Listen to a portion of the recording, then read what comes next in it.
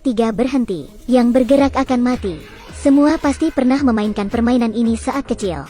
Namun permainan kali ini justru berbeda. Waktu dimulai. Boneka yang besar mulai menghitung. Seorang pria berambut pirang melaju paling depan. Namun dia berdiri tidak seimbang. Kebetulan boneka itu berbalik. Nomor 324 dikeluarkan. Orang bodoh itu ketahuan. Ternyata orang yang bergerak akan membayar dengan nyawanya. Pria tampan di belakangnya ketakutan dan segera berlari mundur. Tapi dia tidak beruntung. Ini adalah drama Korea yang paling menarik tahun ini. Permainan cumi-cumi. Pria ini adalah orang tak berguna. Dan dia juga terlilit hutang. Hari itu dia bertemu seorang pria misterius yang mengundangnya berpartisipasi dalam sebuah permainan. Ada 456 peserta yang ikut bermain. Semuanya adalah orang miskin yang terlilit hutang. Namun ketika menang sampai detik terakhir, maka akan mendapat hadiah uang 45,6 miliar won dan mengubah takdir kehidupannya. Tapi tak disangka, permainan ini menggunakan nyawa sebagai taruhan. Saat ini semua orang telah menyadari kejanggalan. Semuanya bergegas ke pintu keluar. Sedangkan pistol mulai menembak semua orang yang ingin melarikan diri. Dengan segera peserta yang tersisa tidak mencapai setengahnya. Mereka benar-benar seperti orang kayu yang berdiri diam. Mereka tidak berani bergerak sedikitpun. 1, 2, 3 berhenti. Setelah mengetahui akibat fatal dari permainan, semua orang tidak beran asal bergerak. Hanya ada satu orang tua yang berjalan tenang mengikuti perintahnya. 1, 2, 3 berhenti. Namun seiring dengan berjalannya permainan, mereka dengan segera menyadari perintah boneka itu semakin cepat. Tidak tersisa banyak waktu untuk mereka. Sedangkan pria saat ini belum tersadar dari permainan. Di atas tubuhnya terdapat sebuah mayat yang membuatnya tidak bisa bergerak. Pemain berbaik hati di belakangnya berkata, "Kamu tidak bergerak seperti ini juga bukan solusinya. Sisa waktu permainan hanya 5 menit. Jika tidak mencapai garis final, maka nyawanya juga akan hilang." Dan memperkirakan boneka itu adalah perangkat yang mengandalkan deteksi gerakan. Jadi selagi bersembunyi di belakang orang, maka tidak akan dikenali. Tidak ada waktu lagi. Waktu hanya tersisa 2 menit. Pria memberanikan diri dan bergerak maju ke depan. Namun sayangnya, pemain di depannya juga ditembak mati. 1, 2, 3 berhenti. Di saat itu juga, seorang pemain yang kakinya tertembak menarik pria. Dia meminta tolong pada pria. Melihat tatapannya yang kasihan, lalu melihat waktu di atas. Tersisa kurang dari 2 menit. Pria dengan kejam meninggalkannya. 1, 2, 3 berhenti.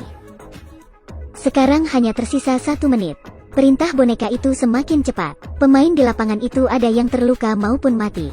Tapi juga banyak orang yang telah mencapai garis final. Sedangkan pria masih berjarak beberapa meter dari garis final. Namun di saat itu juga, untung aja seorang pria hitam menyelamatkan pria. Perintah terakhir dimulai. Semua orang mulai melaju ke depan. Pria dan orang hitam itu tiba di garis final saat detik terakhir. Namun pemain lain yang belum mencapai garis final tidaklah begitu beruntung. Mereka ditembak satu persatu. Tidak ada yang lolos dari tembakan. Namun pemain yang berhasil ini tidak sempat beristirahat. Permainan kedua dimulai. Di permainan berikutnya adalah lomba tarik tambang beranggota 10 pemain. Sebuah menari besi setinggi 100 meter. Hanya dengan membuat lawan terjatuh, maka akan bisa meraih kemenangan. Saat ini peserta hanya tersisa 108 orang. Perlombaan tarik tambang dimulai. Ronde pertama. 10 pria kuat melawan sekelompok orang lemah. Waktu belum berjalan setengah. Kelompok orang lemah ini telah ditarik. Semua anggota tim itu meninggal. Ronde kedua giliran pria ini. Namun dia sangat sial. Karena di timnya terdapat 3 wanita. Dan 1 orang tua. Sedangkan yang akan mereka lawan adalah 10 pria kuat. Sialan.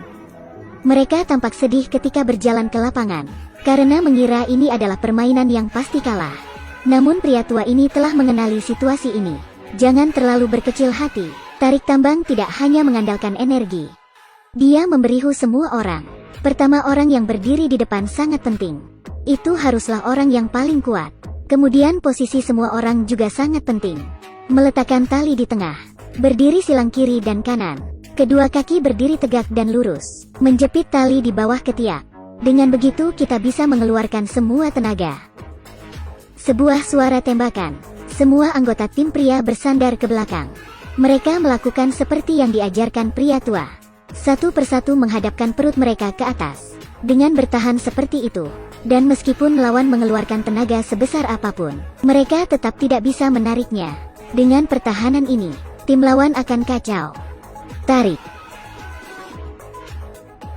Tim pria kuat dengan segera ditarik. Melihat kemenangan semakin mendekat, namun kekuatan mereka tidak bisa dibanding dengan pria kuat. Tim pria itu dengan segera ditarik kembali, dan formasi awal mereka telah berantakan. Cepat pikirkan cara. Di momen krisis ini, seorang anggota tim menyarankan, di bawah perintah semua orang berjalan 3 langkah ke depan. Tidak ada yang berani mengambil risiko. Namun jika tak dicoba mereka akan segera kalah. Pada momen itu, mereka hanya bisa mempertaruhkan untuk terakhir kalinya. 3, 2, 1. Benar saja, langkah itu membuat semua anggota tim pria kuat terjatuh. Di saat itu juga, tim pria mengambil kesempatan, menarik dengan cepat ketika lawannya akan berdiri. Akhirnya permainan ini berakhir dengan mendebarkan, namun pria belum sempat mengambil napas. Permainan selanjutnya dimulai lagi. Permainan berikutnya adalah jembatan kaca perenggut nyawa. Di depan para pemain terdapat 2 jembatan. Satu sisi adalah kaca yang kuat, sisi lainnya adalah kaca yang mudah hancur. Pemain bermain berdasarkan urutan nomor. Memilih secara acak salah satu kaca di depan. Jika memilih tepat kaca yang kuat, maka tetap bisa berjalan ke depan. Jika salah memilih kaca yang mudah hancur, maka akan menjadi daging tumbuk. Untungnya pria ini adalah yang terakhir bermain. Namun dia tidak bisa terlalu senang, karena waktu melewati jembatan hanya 16 menit. Jika tidak melewati jembatan di waktu yang ditentukan, maka nyawanya juga akan melayang. Pemain pertama mulai bermain. Dia sangat ragu dan memilih sebelah kiri. Tampaknya sebelah kiri adalah jembatan kaca yang kuat. Pemain nomor 1 dengan segera melompat ke depan. Sangat jelas dia salah memilih. Giliran pemain nomor 2 bermain. Menurut aturan kaca pertama sebelah kiri adalah kaca kuat. Kaca kedua sebelah kanan adalah kaca kuat. Maka kaca ketiga harusnya ada di sebelah kiri. Ternyata ini tidak ada aturan sama sekali. Semuanya mengandalkan tebakan. Dengan segera giliran pemain ketiga. Pemain ketiga ini adalah ahli matematika. Dia menghitung di depannya masih ada 15 buah kaca.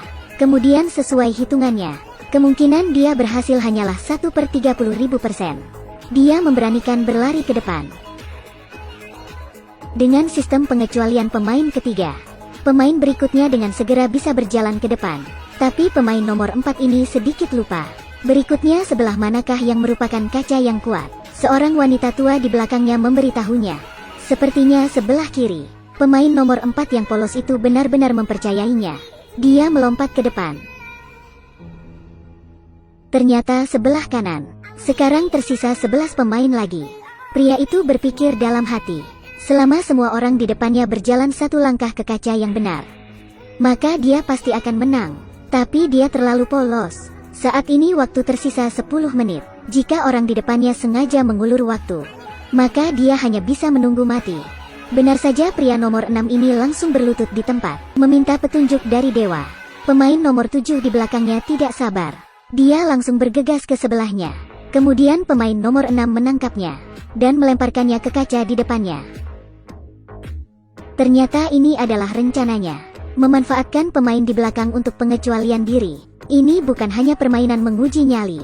Ini juga permainan yang menguji kemanusiaan. Terima kasih Tuhan. Kemudian satu persatu pemain berpergian. Ada yang mengkhianati, ada yang mendorong. Sedangkan waktu yang tersisa kurang dari 3 menit. Giliran pemain nomor 13. Dia membuat kaca selama 30 tahun.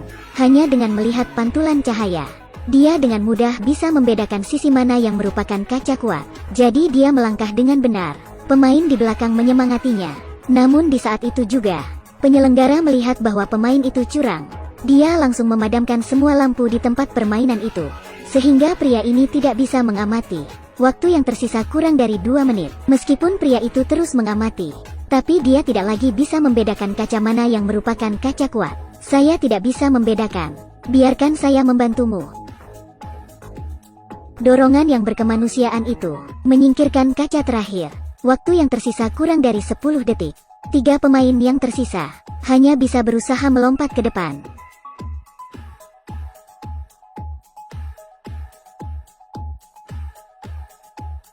Tapi permainan ini masih belum berakhir. Tiga orang yang selamat ini akan menghadapi tantangan mematikan seperti apa lagi. Sampai jumpa di video